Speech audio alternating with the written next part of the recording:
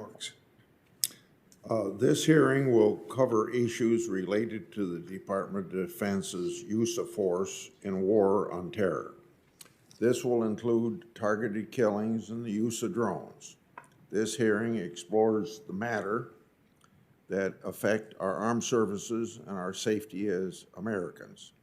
These are important issues, and there are issues that are more appropriate to the Senate Armed Services Committee. Now, if the chairman knew what I was doing in the 1980s before he got here, he'd say, "Here, here, you did a lot of investigation of the Defense Department leading to the passage of the False Claims Act." So I am being a little inconsistent with what I just said. But there are, I want people to know what? It's the first time. Oh, okay, thank you.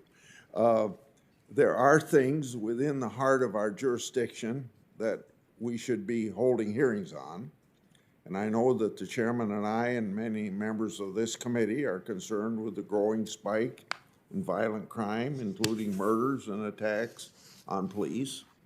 The administration has acknowledged that violent crime is up and has unhelpfully tried to pivot to gun control as the only response.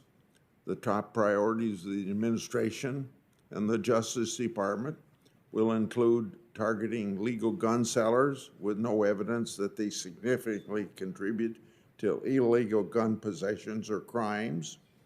Ghost guns form a significant cornerstone of the president's policies, but ghost guns are connected to a fraction of a percent of the murders that are occurring in this country.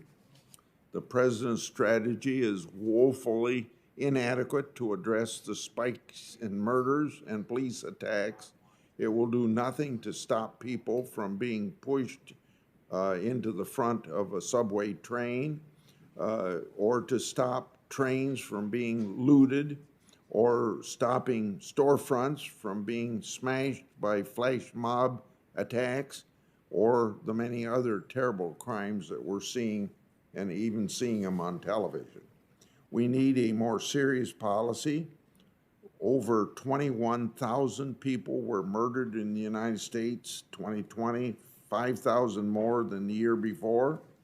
A hearing would provide crucial oversight and may even help save lives. But the order of the day by the majority is drones. We all believe in limiting civilian casualties as much as possible, but I hope we also acknowledge that we must achieve military objectives as well as protect civilians. We must use methods of fighting wars that reduce the danger and risk to service members. The Biden administration just last week used a targeted operation in Syria to kill a leader of ISIS.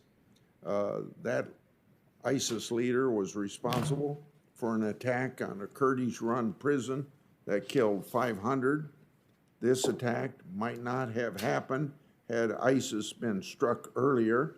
It's what President Abraham Lincoln once called the quote-unquote awful arithmetic of war. Our service members take military action to save the lives of others.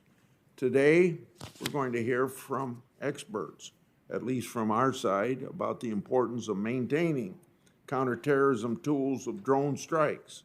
I have received a number of materials from veterans, experts in the law of conflict, and scholars on the importance of maintaining these carefully planned strikes. And without objection, Mr. Chairman, I'll submit those for the record. Without objection. Drone strikes may become even more necessary after President Biden's disastrous withdrawal from Afghanistan. Members of his own administration have testified that a stronger ISIS or Al-Qaeda could launch external attacks from Afghanistan as soon as April of this year. With a loss of intelligence on the ground, strikes and terrorists may be necessary, but I fear that they will also be less efficient. Drones can certainly be very dangerous. They even present a real threat here in the United States. Day after day, we read about drones being used to smuggle drugs across the border. They're used to smuggle contraband into prisons. One would-be Al-Qaeda operative even attempted to attack the Capitol and the Pentagon with weaponized aircraft across the border into Mexico. One cartel moved to assassinate members of a rival cartel with weaponized drones. Both the Trump and Biden administrations have asked Congress to help them by criminalizing dangerous use of drones here in the United States.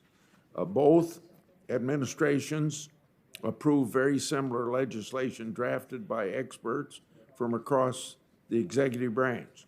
Senators Kelly, Cassidy, and this senator have responded by introducing this legislation, improved by broad consultation with stakeholders in the Drone Act of 2022. I hope that this committee will swiftly take action on this legislation, and I welcome members to join the three of us in co-sponsorship. Thanks, Senator Grassley. And let me say at the outset that I accept your invitation to hold a hearing, another hearing.